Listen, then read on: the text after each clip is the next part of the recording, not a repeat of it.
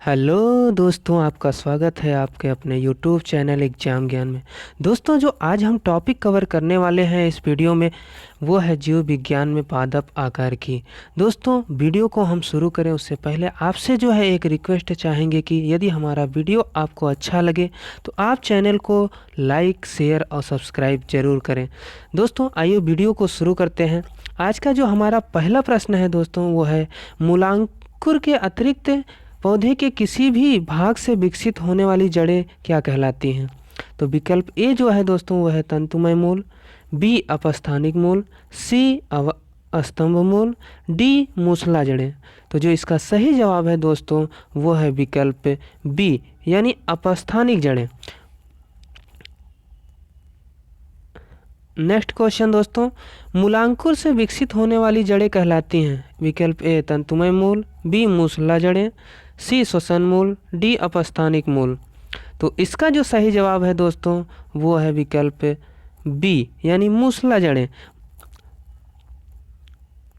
Next question दोस्तों, श्वसन मूल मिलती है ए पान में, बी चेस्टनट में, सी जूसिया में, डी मक्का में। तो इसका जो सही जवाब हो जाएगा दोस्तों वो है जूसिया में अर्थात विकल्प सी। अगला प्रश्न जो है दोस्तों हमारा,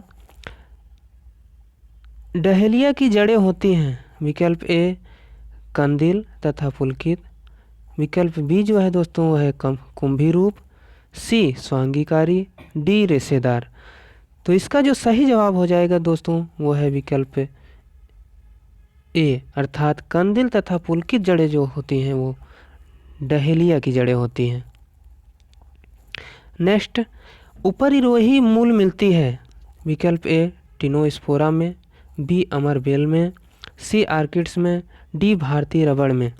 तो इसका जो सही जवाब है दोस्तों वो है आर्किड्स में उपरिरोही मूल मिलती है अर्थात विकल्प सी सही हो जाएगा। अगला प्रश्न, न्यूमेटाफोर्स अर्थात श्वसन मूल प्रायः किसमें मिलती है? तो विकल्प ए जो है दोस्तों वो है शुष्कोद्भिदों में, बी उपरिरोहियों में, सी मैनग्रोव पादपों में, डी जलोद्भिदों में। तो इसका जो सही जवाब है दोस्तों वो है विकल्प सी अर्थात मैनग्रोव पादपों में जो है न्यूमेटाफोर्स यानी श्वसन मूल मिलती है। नेक्स्ट क्वेश्चन दोस्तों, आर्किड्स में बिलामेन जड़ें होती हैं?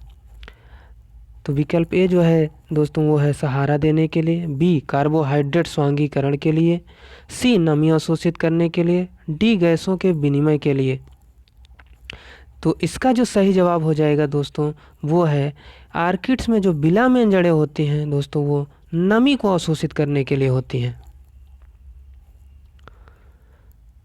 अगला प्रश्न, निम्नलिखित में कौन सा एक जड़ नहीं है? आपको दोस्तों बताना है कि इनमें से जो ऐसी कौन सी सब्जी है जो दी गई है चार विकल्पों में कि वो खाने योग्य जो उसका भाग्य है वो जड़ नहीं है। अर्थात विकल्प ए जो दिया है आलू, बी गाजर, सी शकरकंद, डी मूली। तो इसका जो सही जवाब है दोस्तों आप देख ही रहे हैं, गाजर जो खाने योग्य भाग्य होता है वो जड़ होता है, शकरकंद का भी इसी प्रकार जड़ होता है, मूली की भी जड़ें खाई जाती हैं, लेकिन आलू में जो खाने योग्य भाग होता है दोस्तों वो होता है तना। अर्थात विकल्प ए इसका सही जवाब हो जाएगा। अगला प्रश्न है दोस्तों, अवस्तंभ मूल पाई जाती है? विकल्प ए चावल में, बी गन्ने में, सी मूंगफली में, डी चने में। तो जो अवस्तंभ मूल पाई जाती है दोस्तों वो गन्ने में पाई जाती है, जो स्ट्रीट रूट हमारी पाई जाती है वो गन्ने में पाई जाती है।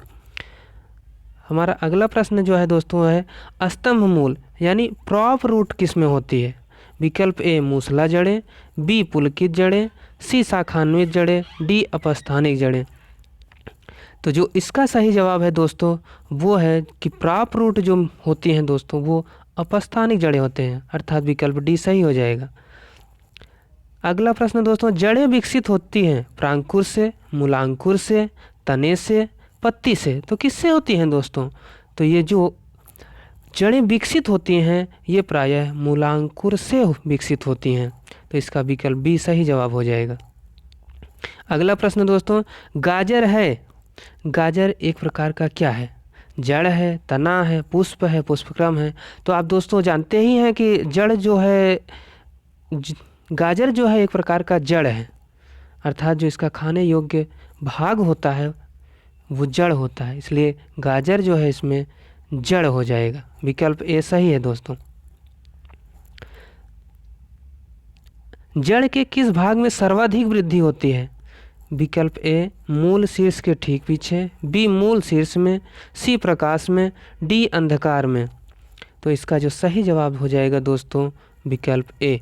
जड़ के जिस भाग में सर्वाधिक वृद्धि होती है दोस्तों उसे मूल शीर्ष के ठीक पीछे होती है। नेक्स्ट क्वेश्चन है दोस्तों हमारा, बरगद के पेड़ के तने से लटकने वाली मोटी जड़ें कहलाती हैं वलयाकार मूल, वायवीय मूल, स्तंभ मूल या फिर आरोही मूल। तो इसका जो सही जवाब है दोस्तों वो है बरगद के पेड़ के तने से लटकने वाली मोटी जड़ें जो होती हैं वो स्तंभ मूल कहलाती हैं, अर्थात विकल्प सी सही हो जाएगा। नेक्स्ट क्वेश्चन, निम्न जोड़ों में कौन सा गलत है? आपको सही गलत की पहचान करनी है दोस्तों। इसमें विकल्प ए दिया है आपके सामने शंक्वाकार जड़, इसके सामने प्याज दिया है। बी में दिया है तर्क रूपी जड़, उसके सामने मूली दिया है। सी कुंभ रूपी जड़, उसके सामने सलजम दिया है। डी श्वसन मूल, उसके सामने मैनग्रोव पौधे दिया है। तो इसका जो सही जवाब हो जाएगा दोस्तों वो है विकल्प ए। प्याज जो है दोस्तों ये शंक्वाकार जड़ें नहीं होती है, ये कथन गलत दिया है। बाकी इसमें जो अन्य विकल्प दिए हैं वो दोस्तों सही हैं। नेक्स्ट क्वेश्चन है जो दोस्तों हमारा, श्वसन मूल पाई जाती है। श्वसन मूल प्राय किसमें पाई जाती है दोस्तों ये आपको बताना है। विकल्प ए है हाइड्रिला में, बी राइजोफोरा में, सी सिंघाड़ा में, डी एस्टर कैंथा में।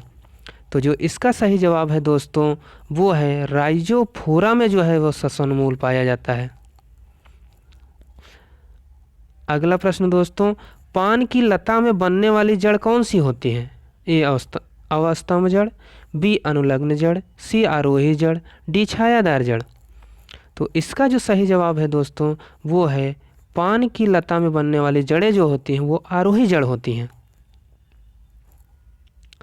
नेक्स्ट क्वेश्चन है दोस्तों, आलू का खाने योग्य भाग होता है। तो दोस्तों आपको बताना है, चार विकल्प दिए हैं। विकल्प ए जड़, बी कलिका, सी फल, डी तना। तो इसका जो सही जवाब हो जाएगा दोस्तों आलू एक प्रकार का तना है, तो इसका जो खाने योग्य भाग है वो तना होता है। नेक्स्ट क्वेश्चन है दोस्तों, पर्णकाय स्तंभ एक रूपांतरण है, जड़ का है, तना का है, पत्ती का है या इनमें से किसी का नहीं है।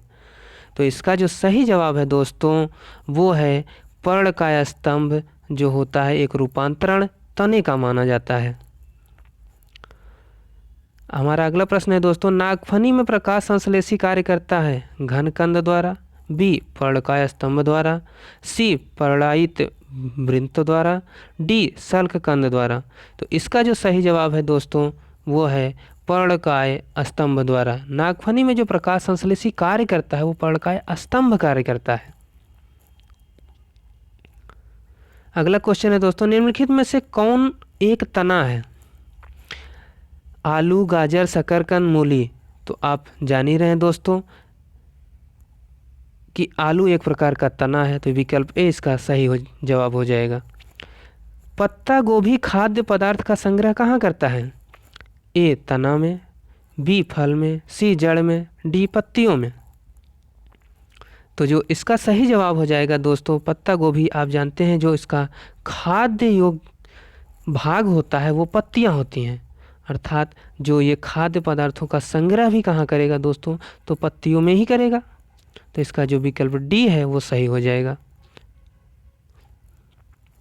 अगला प्रश्न है दोस्तों, आलू भूमिगत रूपांतरित तना होता है जिसे कहा जाता है। आपको बताना है दोस्तों ये आलू जो है तना होता है, लेकिन जो इसका रूपांतरण होता है वो किस रूप में होता है? सल्ककंद के रूप में, घनकंद के रूप में, प्रकंद के रूप में या फिर कंद के रूप में। तो इसका जो सही जवाब हो जाएगा दोस्तों वो है कंद के रूप में। आलू जो भूमिगत रूपांतरित तना होता है उसे हम कंद कहते हैं। निम्नलिखित में से क्या तने का रूपांतरण नहीं है? प्याज का बल्ब, अरबी का घनकंद, शकरकंद का कंद, डी आलू का कंद। तो इसका जो सही जवाब हो जाएगा दोस्तों कि जो तने का रूपांतरण इसमें नहीं है। प्याज जो है ये तना होता है, अरवी जिसको नॉर्मल भाषा में अरुई कहा जाता है दोस्तों, यह भी तना होता है। आलू भी एक प्रकार का तना है, लेकिन जो शकरकंद होता है दोस्तों ये एक प्रकार की जड़ होती है। तो ये तने का रूपांतरण नहीं, अर्थात विकल्प सी जो है सही हो जाएगा। निम्न में से कौन सा तना है? ए शलजम, बी अदरक, सी गाजर, डी शकरकंद। तो जो तना है वो दोस्तों आपको बताना है। तो इसका जो सही जवाब हो जाएगा दोस्तों अदरक जो है ये एक प्रकार का तना है। शलजम ये जड़ है, गाजर जड़ है, शकरकंद आप जानते ही है जड़ है। तो अदरक जो है इसमें दोस्तों ये विकल्प बी अर्थात इसका सही जवाब हो जाएगा। नेक्स्ट क्वेश्चन है दोस्तों, प्याज में खाद्य भाग है पत्ता, जड़, तना, पुष्प। तो प्याज एक प्रकार से हमारा क्या है दोस्तों?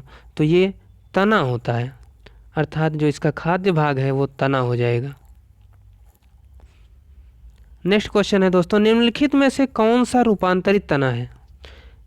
विकल्प ए गाजर, बी शकरकंद, सी नारियल, डी आलू। रूपांतरित तना जो है दोस्तों इसका जो सही जवाब हो जाएगा वो है विकल्प डी आलू। आलू जो है एक रूपांतरित तना है। अगला क्वेश्चन है जो दोस्तों हमारा, निम्न में से किसकी पत्ती में पर्णदल प्रायः न्यूनीकृत होता है? विकल्प ए जलोद्भिद, बी समोद्भिद, सी उपरिरोही, डी शुष्कोद्भिद। तो जो इसका सही जवाब हो जाएगा दोस्तों वो है शुष्कोद्भिद, अर्थात विकल्प डी इसका सही जवाब हो जाएगा। अगला क्वेश्चन है दोस्तों, कैक्टस में सूल किसका रूपांतरण है? तने का है, अनुपर्ण का है, पत्ते का है या फिर कलियों का है? तो इसका जो सही जवाब हो जाएगा दोस्तों वो है कैक्टस में जो सूल होता है अर्थात स्पाइन से जो रूपांतरित होते हैं वो पत्ते के रूप में होते हैं, अर्थात विकल्प सी इसका सही जवाब हो जाएगा दोस्तों। हमारा अगला प्रश्न है दोस्तों, पुष्पों का अध्ययन क्या कहलाता है? Anthology, agrostology, phenology, palynology. तो इसका जो सही जवाब हो जाएगा दोस्तों वो है एंथोलॉजी। एंथोलॉजी में जो है हम दोस्तों पुष्पों का अध्ययन करते हैं। हमारा अगला प्रश्न है दोस्तों, वे पौधे जिनमें कभी पुष्प नहीं बनते हैं क्या कहलाते हैं? आर्किड्स या फिर जिम्नोस्पर्म या फिर क्रिप्टोगेम्स या एंजियोस्पर्म कहलाते हैं। तो इसका जो सही जवाब हो जाएगा दोस्तों वे पौधे जिनमें कभी पुष्प नहीं बनते हैं वो क्रिप्टोगेम्स कहलाते हैं। तो विकल्प सी इसका सही जवाब हो जाएगा। अगला प्रश्न है दोस्तों, पूर्ण पुष्प में पाया जाता है अर्थात जो फूल विकसित होता है उसमें क्या पाया जाता है? विकल्प ए पुमंग एवं जायांग, बी बाह्य दल एवं दल, सी सभी चारों चक्र, डी दल पुमंग एवं जायांग। तो इसका जो सही जवाब हो जाएगा दोस्तों सभी चारों चक्र पाए जाते हैं। हमारा अगला प्रश्न है दोस्तों, पुष्प के जनन चक्र कौन से हैं? पुमंग एवं जायांग, बी बाह्य दल पुंज एवं दल पुंज, सी दल पुंज एवं पुमंग, डी बाह्य दल पुंज एवं जायांग। तो इसका जो सही जवाब हो जाएगा दोस्तों वो है विकल्प ए पुमंग एवं जायांग जो है ये पुष्प के जनन चक्र हैं। हमारा अगला प्रश्न है दोस्तों, पौधे का कौन सा भाग फूल बनने का उद्दीपन ग्रहण करता है? विकल्प ए तना, बी शाखा, सी पर्ण, डी जड़। तो इसका जो सही जवाब हो जाएगा दोस्तों वो है पर्ण। पर्ण जो है ये फूल बनने का उद्दीपन ग्रहण करता है। अगला प्रश्न है दोस्तों, कुरुंजी पुष्प के 12 वर्ष में एक बार खिलने का क्या कारण है? प्रकाश अवधि या फिर अदीप्त अवधि होती है, फ्लोरिजन स्राव होता है या फिर उपरोक्त सभी। तो इसका जो सही जवाब है दोस्तों कि कुरुंजी पुष्प के 12 वर्ष में एक बार खिलने का कारण ये फ्लोरिजन स्राव होता है। हमारा अगला प्रश्न है दोस्तों, संसार का सबसे छोटा पुष्प कौन सा है? तो आप विकल्प आपके सामने है, रेफ्लेसिया, बी कमल, सी गुलाब, डी वुल्फिया। तो जो इसका सही जवाब हो जाएगा दोस्तों, संसार का जो सबसे छोटा पुष्प है दोस्तों वो बुल्फिया है। और यही अगर प्रश्न में पूछ लेता दोस्तों कि संसार का सबसे बड़ा पुष्प कौन सा है, तो वो इसका सही जवाब हो जाता दोस्तों रेफलेशिया। अगला प्रश्न है दोस्तों, फूल गोभी में पौधे का उपयोगी भाग कौन सा है? विकल्प ए भूमिगत डंक, बी जड़, सी ताज़ा पुष्प समूह, डी पत्ते। तो इसका जो सही जवाब हो जाएगा दोस्तों वो है कि फूल गोभी में जो पौधे का उपयोगी भाग होता है वो ताज़ा पुष्प समूह होता है, अर्थात विकल्प सी इसका सही जवाब हो जाएगा। अगला प्रश्न दोस्तों, निम्नलिखित में से कौन सा विश्व का सबसे बड़ा पुष्प है? अभी हमने जो आपको ऊपर बताया दोस्तों वही पूछ रहा है यहाँ। विकल्प ए कमल, बी सूर्यमुखी, सी रेफलेशिया, डी ग्लोरी लिली। तो हमने आपको ऊपर क्या बताया दोस्तों, तो जो रेफलेशिया होता है दोस्तों ये संसार का सबसे बड़ा पुष्प है। हमारा अगला प्रश्न है दोस्तों, जीवन चक्र की दृष्टि से पौधे का सबसे महत्वपूर्ण अंग है? पुष्प है, पत्ती है, या फिर तना है, या फिर जड़ है दोस्तों? तो इसका जो सही जवाब हो जाएगा दोस्तों वो है पुष्प। जीवन चक्र की दृष्टि से सबसे महत्वपूर्ण अंग जो माना जाता है दोस्तों पौधों में, वो पुष्प माना जाता है। हमारा अगला प्रश्न है दोस्तों, पराग कोश से वर्तिकाग्र तक पराग का स्थानांतरण कहलाता है? विकल्प ए पुष्पन, बी परागण, सी निषेचन, डी अंकुरण। तो इसका जो सही जवाब हो जाएगा दोस्तों वो है परागण। अगला प्रश्न है दोस्तों, एनिमोफिली परागण है? ए जंतुओं द्वारा, कीटों द्वारा, या फिर वायु द्वारा, या जल द्वारा? तो इसका जो सही जवाब हो जाएगा दोस्तों वो है कि जो एनिमोफिली परागण होता है वो वायु द्वारा होता है। तो विकल्प सी इसका सही जवाब है दोस्तों। अगला प्रश्न है दोस्तों, एंटोमोफिली परागण है? जंतुओं द्वारा, कीटों द्वारा, वायु द्वारा, जल द्वारा। तो दोस्तों आप इसके पहले वाले वीडियो में हमने आपको बताया था कि एंटोमोलॉजी, तो ठीक उसी से संबंधित है दोस्तों कि एंटोमोलॉजी में जो हम किसका अध्ययन करते थे, कीटों का। तो यहाँ एंटोमोफिली परागण जो हो जाएगा दोस्तों वो क्या सही जवाब हो जाएगा, तो विकल्प बी अर्थात कीटों द्वारा परागण होता है। हमारा अगला प्रश्न है दोस्तों, चमगादड़ों द्वारा परागण कहलाता है? एंटोमोफिली, एनिमोफिली, ऑर्निथोफिली, या चिरेप्टेरोफिली। तो इसका जो सही जवाब हो जाएगा दोस्तों वो है चमगादड़ों द्वारा जो परागण होता है उसे हम चिरेप्टेरोफिली अर्थात विकल्प डी इसका सही जवाब हो जाएगा। अगला क्वेश्चन है दोस्तों, ज्यूफिली परागण होता है? जंतुओं द्वारा होता है, जल द्वारा होता है, वायु द्वारा होता है, या फिर कीट द्वारा होता है? तो इसका जो सही जवाब हो जाएगा दोस्तों कि ज्यूफिली परागण जो होता है वो जंतुओं द्वारा होता है। अगला क्वेश्चन है दोस्तों, ऑर्निथोफिली परागण होता है? पक्षियों द्वारा, चमगादड़ों द्वारा, वायु द्वारा, मानव द्वारा? तो ऑर्निथोफिली जो परागण होता है दोस्तों ये होता है आपका पक्षियों द्वारा। आपने ऑर्निथोलॉजी पढ़ा होगा जिसमें जो है पक्षियों का अध्ययन करते हैं हम, ठीक उसी से संबंधित है कि ऑर्निथोफिली परागण जो होता है वो दोस्तों पक्षियों द्वारा होता है। तो इसका सही जवाब जो हो जाएगा दोस्तों विकल्प ए। अगला प्रश्न है दोस्तों, जल द्वारा परागण कहलाता है? तो विकल्प ए है ज्यूफिली, बी हाइड्रोफिली, सी एंटोमोफिली, डी एनिमोफिली। तो इसका जो सही जवाब हो जाएगा दोस्तों वो है विकल्प बी अर्थात हाइड्रोफिली। हाइड्रोफिली जो होता है दोस्तों ये जल द्वारा परागण कहलाता है। हमारा अगला प्रश्न जो है दोस्तों वो है, जो परागण बंद पुष्पों में होता है कहलाता है? विकल्प ए क्लिस्टोगैमी, बी एलोगैमी, सी ऑटोगैमी, डी इनमें से कोई नहीं। तो जो इसका सही जवाब हो जाएगा दोस्तों वो है क्लिस्टोगैमी। क्लिस्टोगैमी परागण जो है दोस्तों ये बंद पुष्पों में होता है। हमारा अगला प्रश्न है दोस्तों, पर परागण लाभदायक होता है क्योंकि इसके कारण होता है विकल्प ए नर संतान का निर्माण, बी दुर्बल संतान, सी अच्छी संतान, डी बीजों का निर्माण।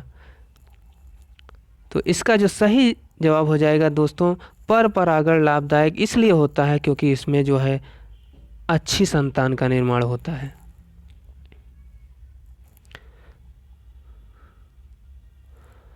हमारा अगला प्रश्न है दोस्तों, वर्तिकाग्र सदैव खुरदरा एवं चिपचिपा होता है। विकल्प ए जल परागित पुष्पों में, बी कीट परागित पुष्पों में, सी वायु परागित पुष्पों में, या फिर सभी प्रकार के पुष्पों में। तो इसका जो सही जवाब हो जाएगा दोस्तों वो है कि वर्तिकाग्र जो सदैव खुरदरा एवं चिपचिपा होता है वो कीट परागित पुष्पों में पाया जाता है, अर्थात विकल्प बी इसका सही जवाब हो जाएगा। अगला क्वेश्चन है दोस्तों, घोंघे द्वारा परागण क्या कहलाता है? जूफिली कहलाता है, एंटोमोफिली कहलाता है, चिरेप्टेरोफिली कहलाता है, या फिर मेलेकोफिली कहलाता है। तो इसका जो सही जवाब हो जाएगा दोस्तों, घोंघे द्वारा जो परागण कहलाता है दोस्तों वो मेलेकोफिली कहलाता है। हमारा अगला प्रश्न है दोस्तों, सुगंधित पुष्पों में परागण किसके द्वारा होता है? विकल्प ए वायु द्वारा, बी जल द्वारा, सी कीट द्वारा, डी पक्षी द्वारा। तो इसका जो सही जवाब हो जाएगा दोस्तों वो है कि सुगंधित पुष्पों में परागण जो होता है वो कीटों द्वारा होता है दोस्तों, अर्थात विकल्प सी इसका सही जवाब हो जाएगा। हमारा अगला प्रश्न है दोस्तों, परागण है अपूर्ण विकसित भ्रूण है। विकल्प बी दिया है अपूर्ण विकसित नर युग्मकोद्भिद है। विकल्प सी दिया है दोस्तों बीजाणु मात्र कोशिका है। विकल्प डी जो दिया है एक नर शुक्राणु कोशिका है। तो इसका जो सही जवाब होगा दोस्तों वो है कि परागण जो हमारा होता है ये अपूर्ण विकसित नर युग्मकोद्भिद होता है, अर्थात विकल्प बी इसका सही जवाब हो जाएगा। अगला क्वेश्चन, कीटों द्वारा परागित फूलों के परागण होते हैं। डाट डाट दिया है बीच में, इसमें आपको बताना है कि दोस्तों कीटों द्वारा जो परागित फूलों के परागण होते हैं वो कैसे होते हैं। चिकने और शुष्क होते हैं, रुक्ष और चिपचिपे होते हैं, रुक्ष और शुष्क होते हैं, या फिर बड़े और दिखाने वाले होते हैं। तो इसका जो सही जवाब है दोस्तों कि कीटों द्वारा परागित फूलों के जो परागकण होते हैं वो रुक्ष और चिपचिपे होते हैं। अगला प्रश्न है दोस्तों, निषेचन क्रिया है। विकल्प ए दिया गया है एक नर युग्मक का अंडाणु से संयोजन, बी दिया है पराग कणों का पराग कोश से वर्तिकाग्र पर स्थानांतरण, विकल्प सी दिया है दोस्तों नर युग्मकों का ध्रुवीय केंद्रकों से संयोजन, विकल्प डी जो दिया गया है बीजांड से बीज का निर्माण। तो इसका जो सही जवाब हो जाएगा दोस्तों वो है निषेचन एक नर युग्मक का अंडाणु से संयोजन होता है, अर्थात विकल्प ए इसका सही जवाब हो जाएगा दोस्तों। अगला प्रश्न है, निषेचन के पश्चात बीजों के बीजावरण विकसित होते हैं। विकल्प ए अध्यावरणों से, बी भ्रूणपोष से, सी निभाग से, डी बीजांड से। तो इसका जो सही जवाब हो जाएगा दोस्तों वो है निषेचन के पश्चात बीजों के जो बीजावरण होते हैं वो अध्यावरणों से विकसित होते हैं, अर्थात विकल्प ए इसका सही जवाब हो जाएगा। अगला प्रश्न, द्विनिषेचन मुख्य लक्षण है। आपको ये बताना है दोस्तों कि इनमें से किसका द्विनिषेचन मुख्य लक्षण है। ए विकल्प दिया है ब्रायोफाइट्स का, बी टेरिडोफाइट्स का, सी जिम्नोस्पर्म्स का, डी आवृत बीजियों का। तो इसका जो सही जवाब हो जाएगा दोस्तों जो हमारे आवृत बीजी पौधे होते हैं उनका मुख्य लक्षण होता है कि वो डबल फर्टिलाइजेशन करते हैं, अर्थात द्विनिषेचन करते हैं। इसका सही जवाब विकल्प डी हो जाएगा दोस्तों। हमारा अगला प्रश्न है, अनिषेक जनन होता है। विकल्प आपके सामने है दोस्तों, ए हार्मोन्स के बिना फल का परिवर्धन, बी बिना निषेचन के फल का परिवर्धन, सी बिना निषेचन के अंडाणु का परिवर्धन, या फिर बिना निषेचन के भ्रूण का परिवर्धन। तो इसका जो सही जवाब हो जाएगा दोस्तों वो है अनिषेक जनन जो होता है वो बिना निषेचन के अंडाणु का परिवर्धन होता है, अर्थात विकल्प सी इसका सही जवाब हो जाएगा। अगला प्रश्न, बिना निषेचन के एक अंडाशय के फल में विकसित होने को क्या कहते हैं? तो विकल्प ए जो है दोस्तों सिनजीनेसिस, बी पार्थिनोकार्पी, विकल्प सी दिया है दोस्तों एपोस्पोरी, डी जो दिया है एपोगैमी। तो इसका जो सही जवाब हो जाएगा दोस्तों वो है विकल्प बी अर्थात पार्थिनोकार्पी जो होता है ये बिना निषेचन के एक अंडाशय के फल में विकसित होने का गुण होता है दोस्तों। हमारा अगला प्रश्न है दोस्तों, निम्नलिखित में से कौन सा फल अनिषेक फलनी है? विकल्प ए दिया है केला, बी दिया है सेब, सी सहतूत और डी दिया है दोस्तों स्ट्रॉबेरी। तो इसका जो सही जवाब हो जाएगा दोस्तों जो अनिषेक फलन होता है वो केला होता है दोस्तों। अगला प्रश्न है दोस्तों, निम्न में से किस एक की खेती पौध का प्रतिरोपण करके की जाती है? अर्थात पौधे को लगाकर किया जाता है, ये इनमें से बताना है आपको कौन सी ऐसी एक खेती है। विकल्प ए दिया है दोस्तों मक्का का, बी सोरघम का, सी प्याज का, डी सोयाबीन का। तो इसका जो सही जवाब हो जाएगा दोस्तों प्याज की खेती जो की जाती है दोस्तों ये पौधों का रोपण करके किया जाता है, अर्थात विकल्प सी इसका सही जवाब हो जाएगा। अगला प्रश्न है दोस्तों, एक सत्य फल परिवर्धित होता है? विकल्प ए अंडाशय से, बी पुष्पासन से, सी दलों से, डी आशय से। तो जो एक सत्य फल विकसित होता है दोस्तों परिवर्धित होता है वो होता है अंडाशय से। तो इसका जो सही जवाब हो जाएगा विकल्प ए दोस्तों। हमारा अगला प्रश्न है दोस्तों, आभासी फल का उदाहरण है? विकल्प दिया है ए सेब, बी अमरूद, सी आम, डी टमाटर। तो जो इसका सही जवाब हो जाएगा दोस्तों वो है सेब।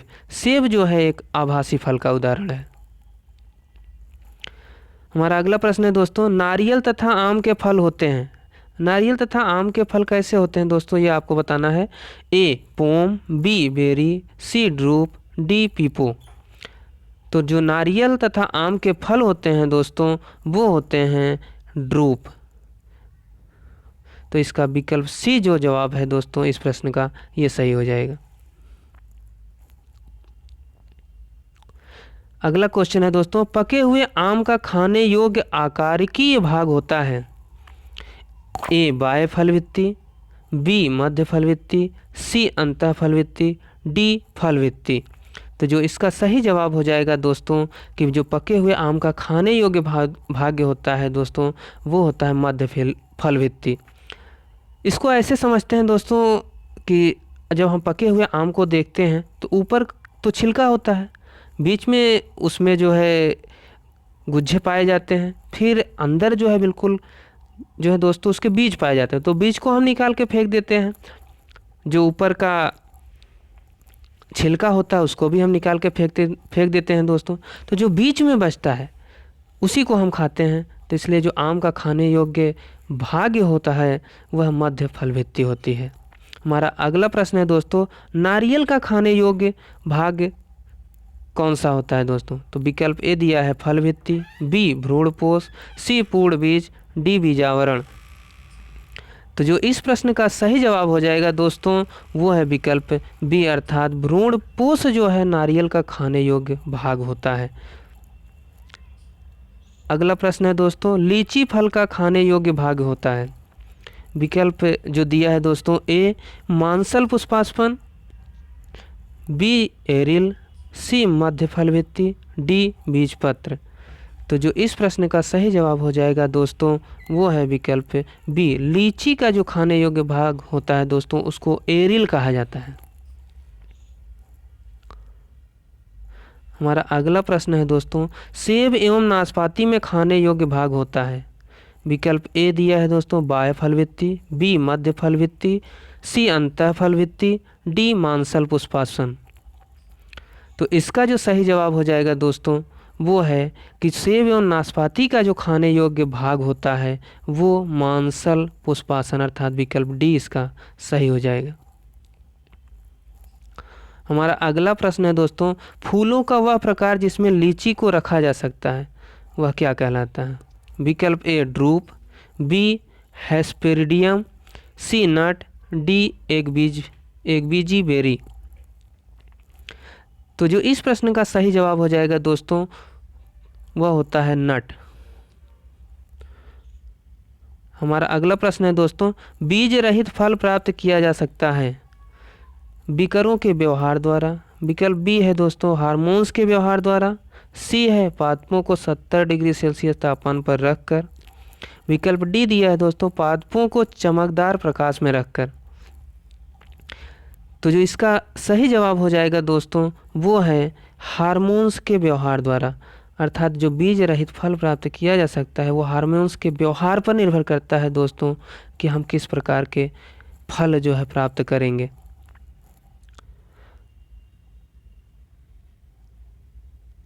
अगला प्रश्न है दोस्तों, अनानास किस प्रकार का फल है?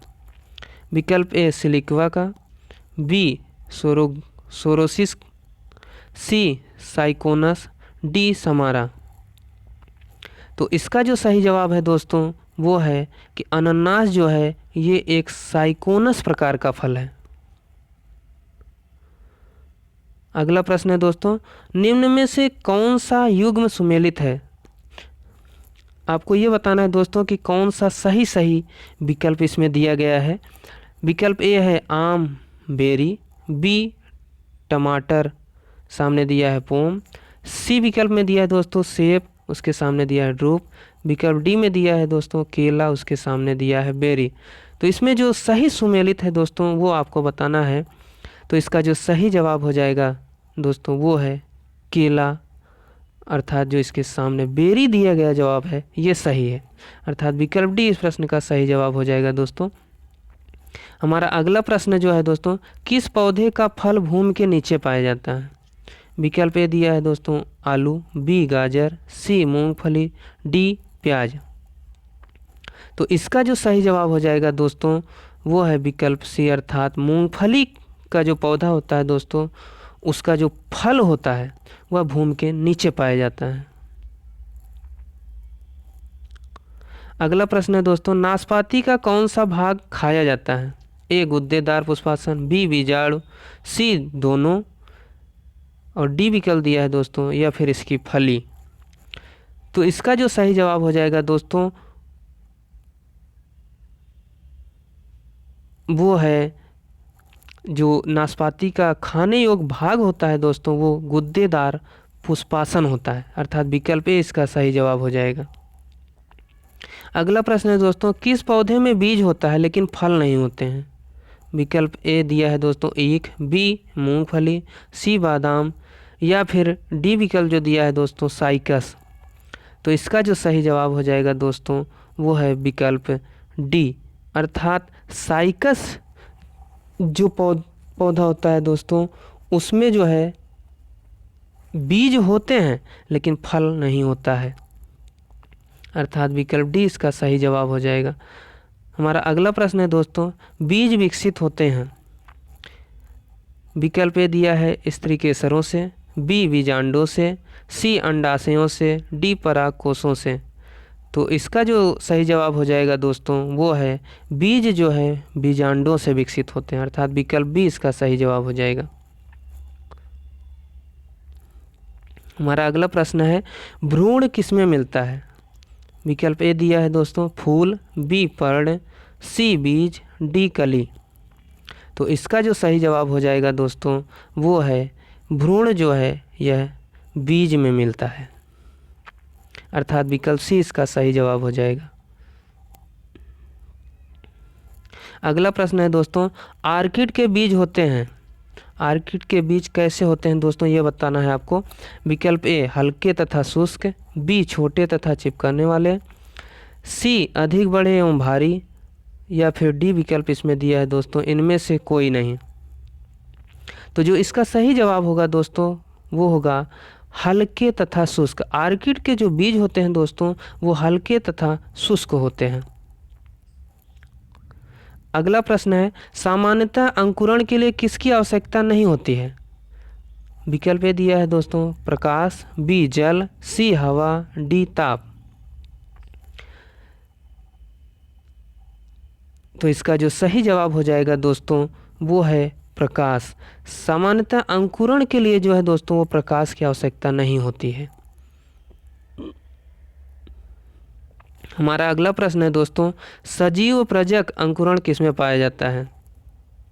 विकल्प ए दिया है दोस्तों अनानास में, बी राइजोफोरा में, सी राइजोक्लोनियम में, डी राइजोबियम में। तो इसका जो सही जवाब हो जाएगा दोस्तों वो हो जाएगा राइजोफोरा में, अर्थात विकल्प बी इस प्रश्न का सही जवाब है। अगला प्रश्न है अधोभूमिक अंकुरण पाया जाता है? विकल्प ए कद्दू में, बी मक्का में, सी राइजोफोरा में, या फिर डी विकल्प जो दिया है दोस्तों सेम में। तो इसका जो सही जवाब हो जाएगा दोस्तों वो है अधोभूमिक जो अंकुरण पाया जाता है दोस्तों वो मक्का में पाया जाता है। अगला प्रश्न है दोस्तों भूमपोरिक अंकुरण पाया जाता है? विकल्प ए मक्का में, बी गेहूं में, सी मटर में, डी अरंडी में। तो इसका जो सही जवाब हो जाएगा दोस्तों वो है कि भूमपोरिक अंकुरण जो पाया जाता है दोस्तों वो अरंडी के पौधे में पाया जाता है, अर्थात विकल्प डी इसका सही जवाब हो जाएगा। अगला प्रश्न है दोस्तों पौधे में पित्रस्थ अंकुरण का अभिप्राय क्या है? विकल्प ए दिया है दोस्तों निषेचित बीज को भूमि में दबाने के पश्चात फल का परिवर्धन। विकल्प बी दिया है दोस्तों तने में बनी खोलरों में संग्रहित मिट्टी में बीजों का अंकुरण। सी दिया है जनक वृक्ष पर लगे हुए फल के भीतर बीजों का अंकुरण, या फिर डी जो विकल्प दिया है दोस्तों अनेक बीजों का संगठन होता है। तो इसका क्या अभिप्राय है? तो इसका जो सही जवाब हो जाएगा दोस्तों विकल्प सी पौधों में जो पित्रस्थ अंकुरण होता है दोस्तों वो होता है जनक वृक्ष पर लगे हुए फल के भीतर बीजों का अंकुरण, अर्थात विकल्प सी इसका सही जवाब हो जाएगा दोस्तों। अगला प्रश्न है दोस्तों घट परड़ी के निम्नलिखित भागों में से कौन सा एक घट में रूपांतरित होता है? विकल्प ए दिया है दोस्तों स्तंभ, बी पत्ता, सी अनुपर्ण, डी पर्णवृंत। तो जो इसका सही जवाब हो जाएगा दोस्तों वो है जो पिचर प्लांट होता है दोस्तों उसका एक घट में जो रूपांतरित होता है वो पत्ते के रूप में होता है, अर्थात विकल्प बी जो है इसका सही जवाब हो जाएगा। अगला प्रश्न है दोस्तों निम्नलिखित में से कौन सा एक कीटाहारी पादप है? अर्थात इनमें से आपको बताना है दोस्तों जो कीटों को ग्रहण करता है ये ऐसा कौन सा पौधा है? विकल्प ए दिया है दोस्तों पैसन फ्लावर पादप, बी घटपर्डी, सी रात की रानी या जिसे नाइट क्वीन कहा जाता है, डी दिया है दोस्तों फ्लेम ऑफ द फॉरेस्ट। तो इसका जो सही जवाब हो जाएगा दोस्तों इसे घटपर्डी अर्थात पिचर प्लांट कहा जाता है दोस्तों। ये एक कीट आहारी पादप है, अर्थात विकल्प भी इसका सही जवाब हो जाएगा। हमारा अगला प्रश्न है दोस्तों संसार में सबसे तेज बढ़ने वाला पौधा कौन सा है? ए बांस, विकल्प बी जो दिया है दोस्तों चावल, या फिर मनी प्लांट, विकल्प डी जो दिया है दोस्तों टीक। जो इसका सही जवाब होगा दोस्तों संसार में सबसे तेज जो पौधा बढ़ता है वो दोस्तों बांस होता है, अर्थात विकल्प ए इसका सही जवाब हो जाएगा। हमारा अगला प्रश्न है दोस्तों विश्व में सबसे लंबा पौधा कौन सा है? इसके पहले आपने सबसे छोटा देखा दोस्तों कि बुल्फिया था, सबसे बड़ा देखा कि रेफ्लेसिया था। अब यहाँ पूछ रहा है दोस्तों कि विश्व में सबसे लंबा पौधा कौन सा है? तो विकल्प ए दिया है जो दोस्तों यूकेलिप्टस का, बी टेरोकार्पस का, सी पॉलीएल्थिया का, डी टेक्टोना का। तो जो इसका सही जवाब हो जाएगा दोस्तों वो है यूकेलिप्टस का जो पौधा होता है दोस्तों ये सबसे लंबा पौधा विश्व का है। हमारा अगला प्रश्न है दोस्तों किस चीज़ को अधिक खाने से ही केवल पृथ्वी की अधिक जनसंख्या का भरण पोषण हो सकता है? विकल्प जो दिया है दोस्तों भेड़ बकरे का मांस, बी अंडे, सी वनस्पति उत्पाद से, डी गौमांस से। तो जो इसका सही जवाब हो जाएगा दोस्तों, आप जानते हैं वनस्पति उत्पाद ही जो है ऐसा एकमात्र साधन है जिससे जो है सर्वाधिक भरण पोषण हो सकता है जीवों का। तो वनस्पति उत्पाद जो है ये अर्थात इस प्रश्न का जवाब सही हो जाएगा दोस्तों विकल्प सी। हमारा आज का अंतिम प्रश्न जो है दोस्तों वो है तना होता है। तना आपको बताना प्रायः यह कैसा होता है दोस्तों। तो विकल्प ए जो दिया है दोस्तों, धनात्मकतः प्रकाश अनुवर्ती, बी ऋणात्मकतः प्रकाश अनुवर्ती, सी ऋणात्मकतः जियोट्रॉपिक, या फिर डी जो विकल्प दिया है दोस्तों धनात्मकतः एक्रोट्रॉपिक। तो जो इसका सही जवाब हो जाएगा दोस्तों, तना जो स्तंभ हमारे होते हैं प्रायः धनात्मकतः प्रकाश अनुवर्ती होते हैं। आज के वीडियो में बस इतना ही दोस्तों। आशा करते हैं वीडियो आपको अच्छा लगा होगा। यदि आपको यह हमारा वीडियो अच्छा लगा हो तो आप ज़रूर इस वीडियो को, इस चैनल को लाइक करें, शेयर करें, सब्सक्राइब करें। मिलते हैं अगले वीडियो में, तब तक के लिए धन्यवाद।